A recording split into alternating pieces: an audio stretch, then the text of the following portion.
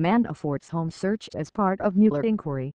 Investigators for the special counsel leading the Russia inquiry executed a search warrant late last month at the Northern Virginia home of President Trump's former campaign manager, Paul J. Manafort, for tax documents and foreign banking records, according to a person familiar with the matter.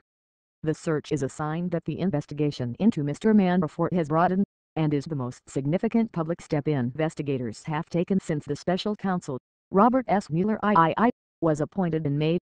Investigators are expected to deploy a wide array of similar measures, including interviews and subpoenas, in the coming months as they move forward with the intensifying inquiry.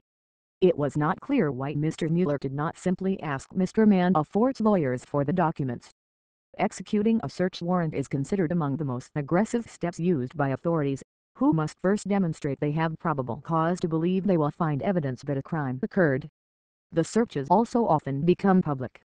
Legal experts said that Mr. Mueller might be trying to send a message to Mr. Manafort about the severity of the investigation, and to pressure him into cooperating. A spokesman for Mr. Mueller declined to comment. The person familiar with the inquiry spoke on the condition of anonymity because he did not want to be identified discussing the continuing federal investigation. Continue reading the main story-related coverage. Mueller issuing subpoenas through Washington grand jury August 3, 2017. Manafort was in debt to pro-Russia interests, Cyprus records show July 19, 2017. Trump campaign chief's firm got $17 million from pro-Russia party June 27, 2017. FBI investigating deals involving Paul Manafort and son-in-law June 23, 2017. Recent comments. Cornflower cheese 15 hours ago. What took them so long? Pop hours right 15 hours ago, as Art Johnson used to say on Laugh in very interesting ... I wonder if we, the average American public, will ever know what John 15 hours ago. Hope the great diversion creator doesn't start a war to change the headlines. See all comments. The warrant, demanding tax and foreign banking records, suggests that investigators are looking at criminal charges related to the Federal Bank Secrecy Act, which requires Americans to report their foreign banking accounts.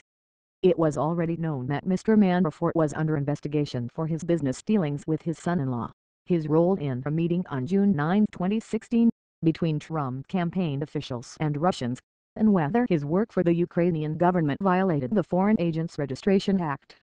Mr. Manafort's spokesman confirmed that an FBI raid was carried out around July 25, but provided no details on the documents that might have been taken. Mr. Manafort has consistently cooperated with law enforcement and other serious inquiries, and did so on this occasion as well, said Jason Maloney, the spokesman. News of the search warrant was first reported on Wednesday by the Washington Post. The warrant is the latest troubling development for Mr. Manafort, a long-time Republican operative who has spent the last couple of decades working abroad as a consultant to foreign governments.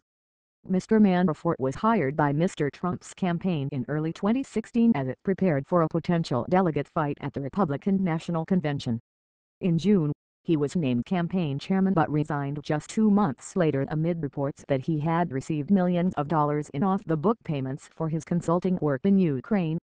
Since then, Mr. Manafort has been battered by a series of disclosures that have raised questions about his business dealings, as well as his participation in the June 2016 meeting between Trump campaign officials and Russians claiming to have damaging information on Hillary Clinton.